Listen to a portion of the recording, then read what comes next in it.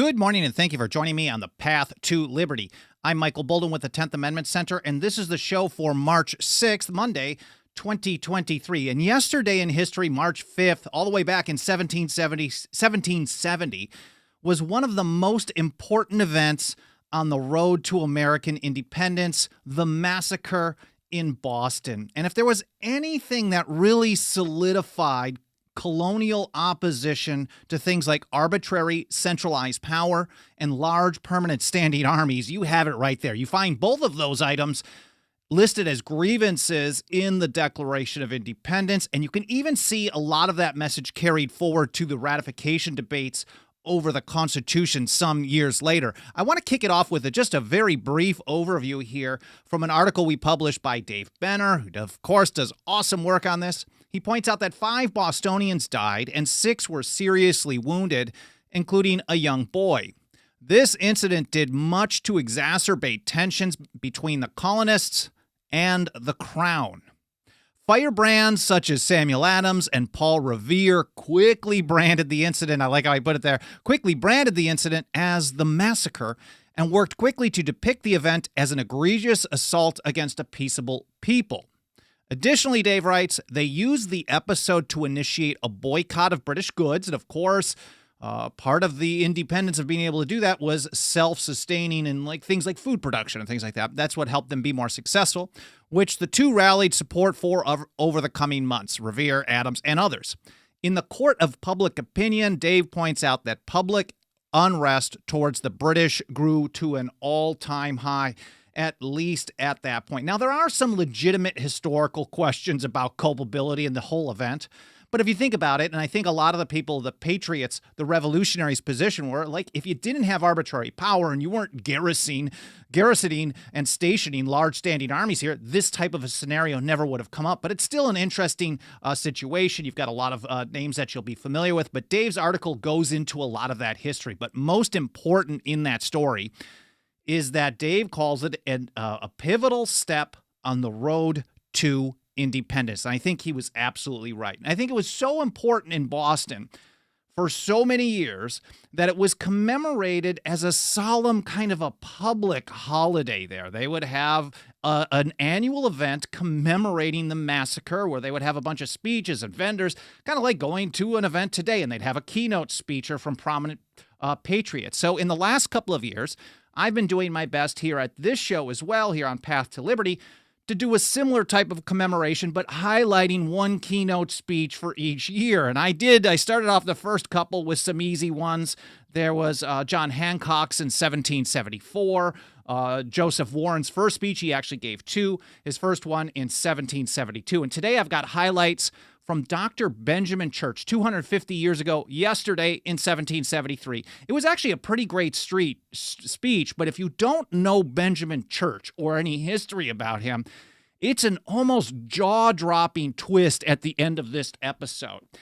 First, a quick recap, though, on a couple of these other ones. Here from Joseph Warren's speech, he focused on a natural rights foundation, and he had plenty of warnings about standing armies. Here he said, he called standing armies the ready engines of tyranny and oppression. And he closed his first speech in 1772 with one of my favorite quotes, reminding us that 2 of the most important principles of the American Revolution are being A, pro-liberty, and B, anti-empire. And you don't get a lot of people on both sides of that equation today. I don't think you can be on one or just the other. But he put it this way: may our land be a land of liberty, the seat of virtue, the asylum of the oppressed, a name and a praise in the whole earth, until the last shock of time shall bury the empires of the world in one common undistinguished ruin. I will link to Dave's article. I've got this episode covering Joseph Warren's episode, his speech. I've got John Hancock's here in just a moment.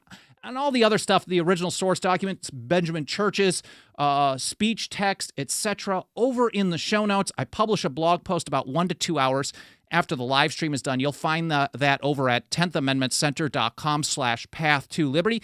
And while I'm mentioning that, a quick aside here, I want to take a quick moment to say hello to everyone out in the live chat. I appreciate you guys being here so much. I hope you had a great weekend. There's Dixie Strong in Bama, Larry Clark in Kansas, Tim Martin, good to see you, buddy, in Arizona, Israel in Colorado, Alt Reality, Clay Kent, Alan Hughes in Pennsylvania, Senator DT in Elkhart, Indiana. King Nobody is a great name. Central Colorado, Sharon Patriot, always good to see you as well. Dave Simmons, Douglas Fox in Tennessee, Haji in Michigan, Leslie G in Southwest Missouri, Michigan, for Murray Ray and everyone else. I appreciate you guys being here. I know I'm missing a few people. If I get a moment or so later in the episode, I will go through and see if there's any comments or questions I can get back to. And if I don't during the live stream, keep leaving comments, especially in the archive. It does two things. One, it gives me ideas for future episodes, whether you're challenging stuff that I'm saying, and I have to fix it later on and correct myself like I did on some episodes. Like, for example, I talked about John Hancock's speech. That was the first one I did on this. And I referenced him being, like, just because I've only had read things that he had written and done, so I was assuming he was a great speaker. But one of the reasons they held him back to 1774 is because he wasn't actually known as a really good speaker, and he actually had help writing the thing. And they were very concerned about how that was going to play out, but it turns out he did an amazing job. Everybody loved it. He moved the people, and maybe he turned out to be a great speaker after all. But anyways, here's one of the great quotes from John Hancock. And again, this will all be linked to over in the show notes, 10thamendmentcenter.com/path-to-liberty. This is a great one. I glory in publicly avowing my eternal enmity to tyranny. A lot of people tell us today, oh, don't go talking too boastfully about noncompliance and nullification. Keep that stuff kind of quiet or they're going to come get you. But as long as people cower in fear is the foundation of government power. As long as people don't have... Now this... There is some gray area. You don't want to go sticking your neck out and risking your freedom in order to try to advance freedom, but you're going to do it from a prison. That doesn't work too well.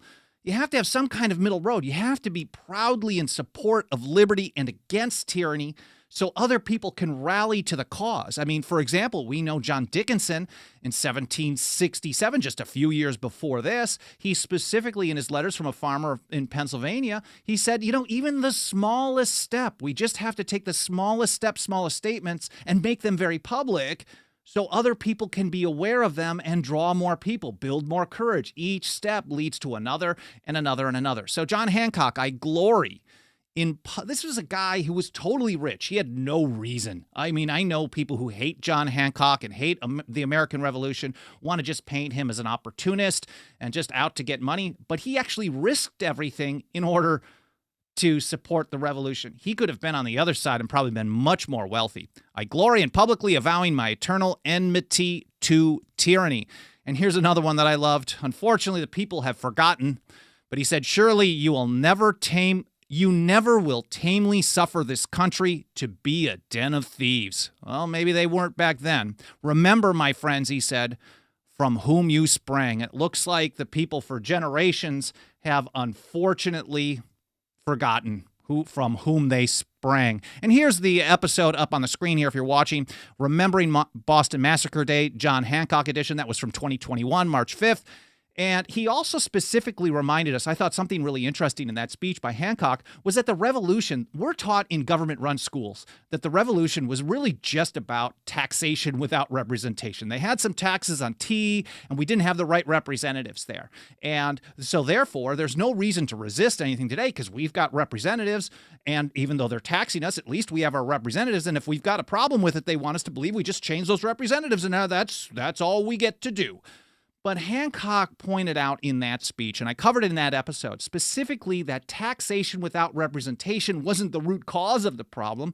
It was an outgrowth of the Declaratory Act of 1766, where Parliament claimed power over the colonies in all cases whatsoever. So unlimited, centralized British supremacy, kind of how they manipulate and manipulate us to believing that their twisted version of the supremacy clause of today, not much difference at all. So he actually said that the real problem, and Thomas Paine, many others said the same thing, was this power over the colonies in all cases whatsoever. But with all that, here let's get to Dr. Benjamin Church's March 5th, 1773 speech at the Massacre Day event.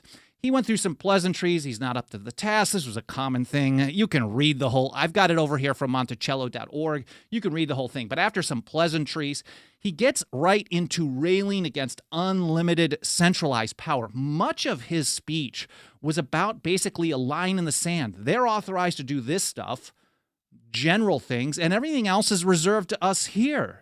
They have to have expressly delegated powers. It sounds like a precursor. Well, I think you'll figure out where I'm going with this. He said, it would shock humanity should I attempt to describe those barbarous and tragic scenes which crimson the historic page of this wretched and detestable Constitution. He's talking about the unwritten British Constitution, where absolute dominion is lodged in one person, where one makes the whole and the whole is nothing. So the more centralized the power, the less that the population, the people at large, have meaning. So if there's only one person, that's the worst it can get.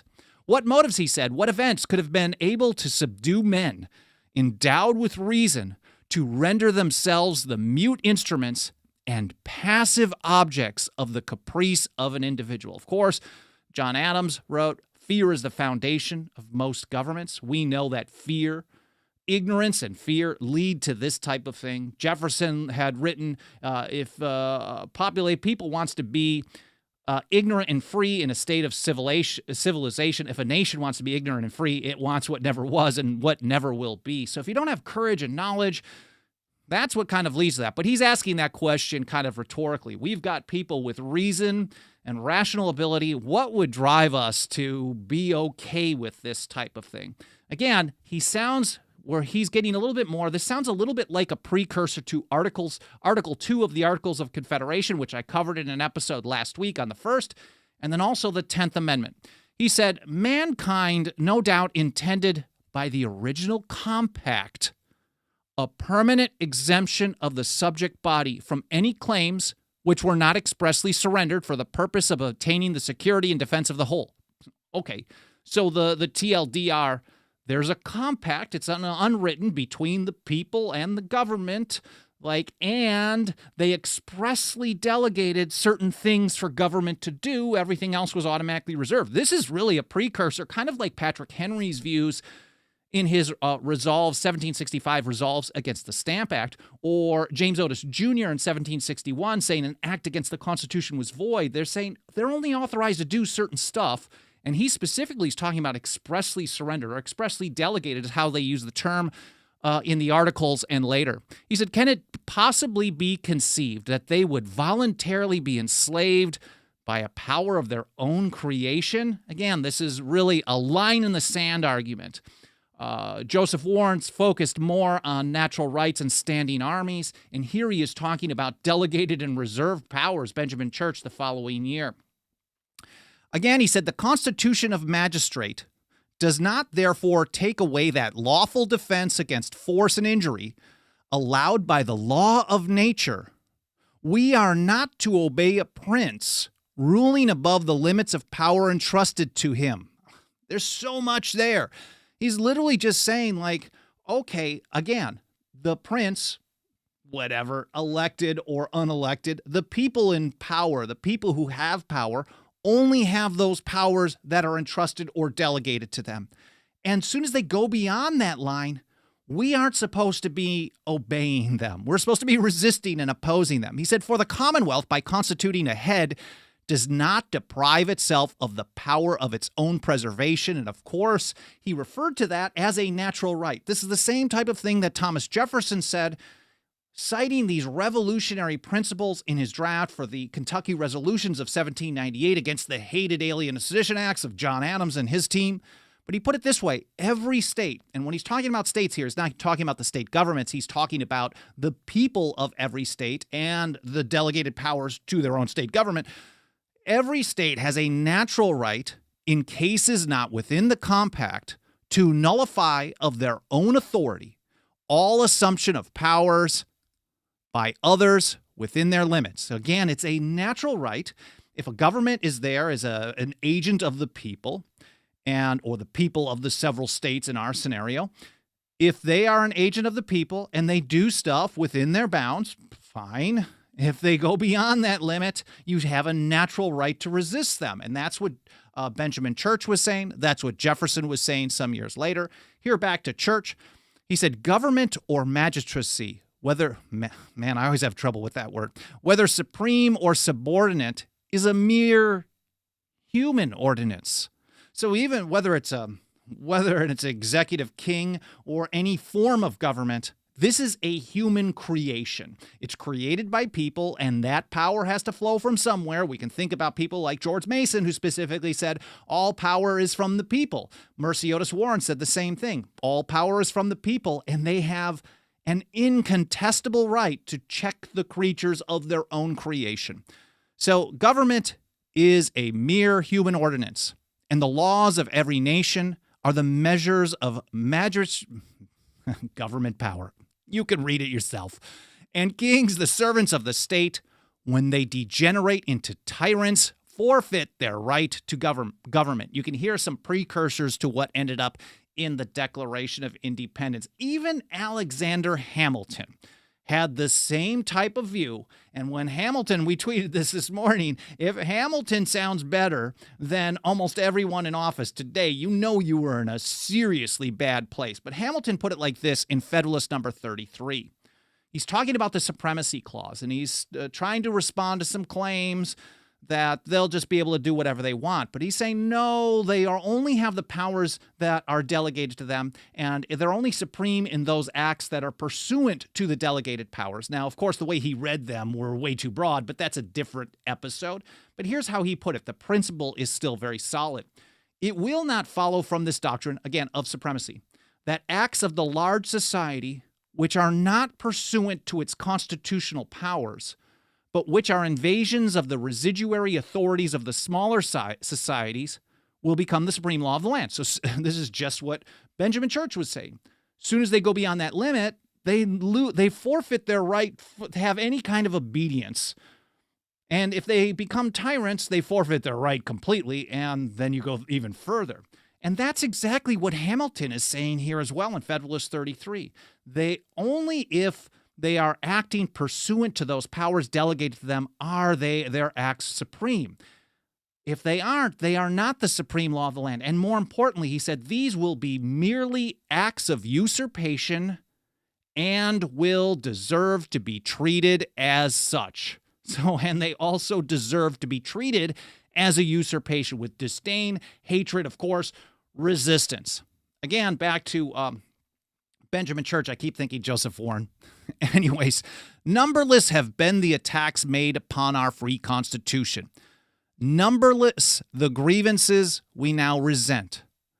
But the hydra mischief is the violation of my right as a British American freeholder in not being consulted in framing those statutes I am required to obey, talking about at least some form of consent, government by consent. That's pretty hard to accomplish, but at least he's going for that.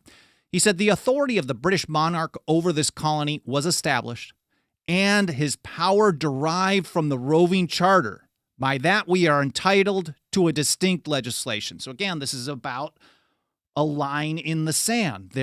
He only has that power through the charter. The charter is the act of the people. Thomas Paine said pretty much the same thing. A constitution is not an act of government. It's an act of the people constituting a government. So if you think about the flow of where the power comes from, then ultimately the people have the final say. It's just up to them to use their power, whether the government happens to like it or not. And then he gets into the question of what makes a free people. He said, therefore, the liberty of the people is exactly proportioned to the share the body of the people have in the legislature, and the check placed in the Constitution on executive power. That state only is free where the people are governed by laws which they have a share in making, and that country is totally enslaved where one single law can be made or repealed without the interposition or consent of the people. So anytime you live in a scenario, even if they're not using their power in a bad way, as soon as you have a single person with the capability, with a single act, without the representatives of the people being involved, making something that's law. I mean, we see this with executive orders, for example, all the time. He said that is a state of total tyranny, of being enslaved. Now, St. George Tucker said almost the same thing. Many years later, he wrote the first legal commentary on the Constitution for the United States. It was very Jeffersonian in its approach. This was a view of the Constitution of the United States in 1803. He said, "It is the due restraint and not the moderation of rulers that constitutes a state of liberty." Again, it's not just because people who have power happen to be doing the right thing. That's not a free people. That's a population on its knees, getting lucky or begging for scraps. He said, as the power to oppress, though never exercised, is still a state of slavery.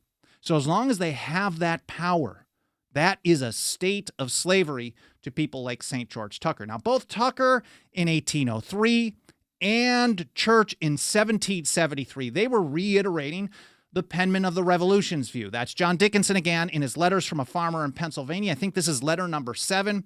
This was in 1767, written in response to the hated Townsend Acts of that time. And for those of you who heard me mention this before, these were the most widely read documents on American liberty up until publication of Thomas Paine's Common Sense in 1776. The views in this were very widely accepted. And he asked that question. This is the same type of thing that Benjamin Church was getting at in this speech, but Dickinson was asking that question. What makes a free people? He said, for who are a free people? Not those over whom government is reasonable and equitably exercised, but those who live under a government so constitutionally checked and controlled that proper provision is made against it being otherwise exercised.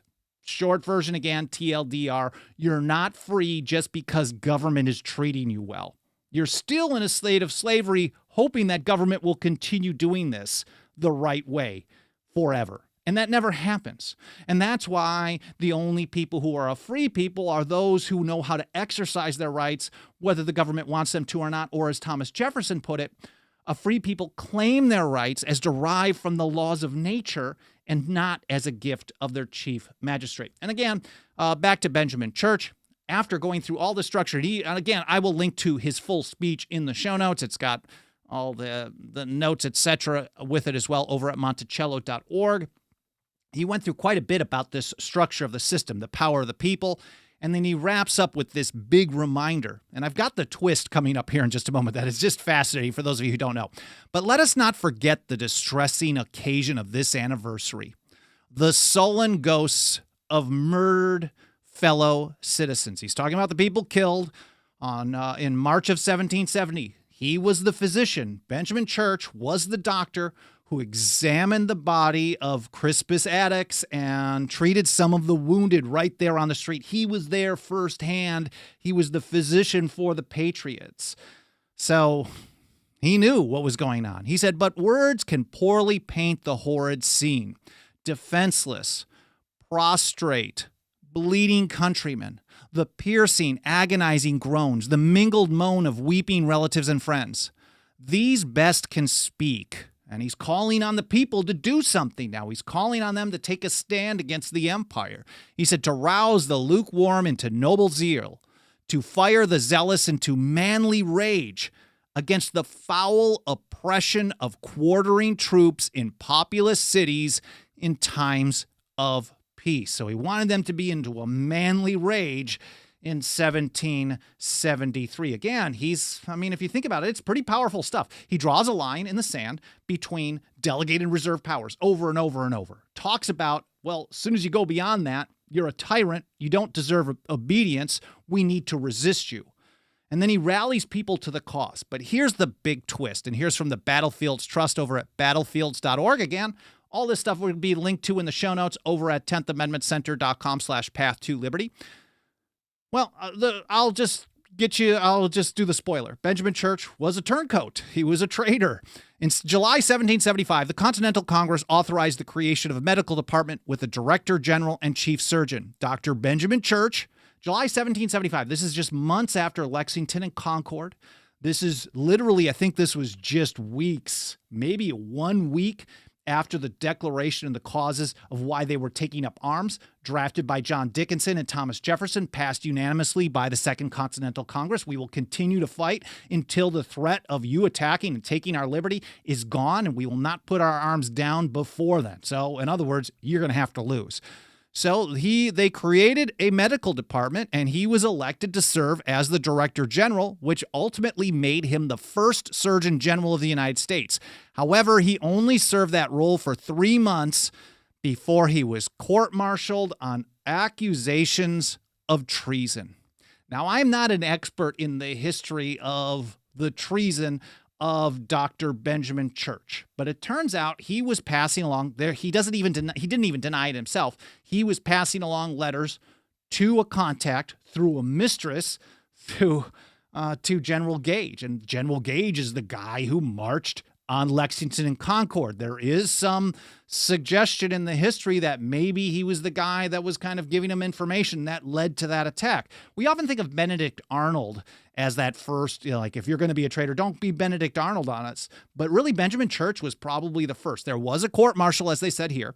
George Washington was the presiding guy on that court-martial. He was found guilty. George Washington did not want to come up with the sentence for him. I think he was one of the leaders of the Sons of Liberty. This was a very well-known patriot. I think this was very painful. He admitted to passing on the letters. He made an excuse. He's like, I was trying to throw him off. And I don't think anyone really bought that.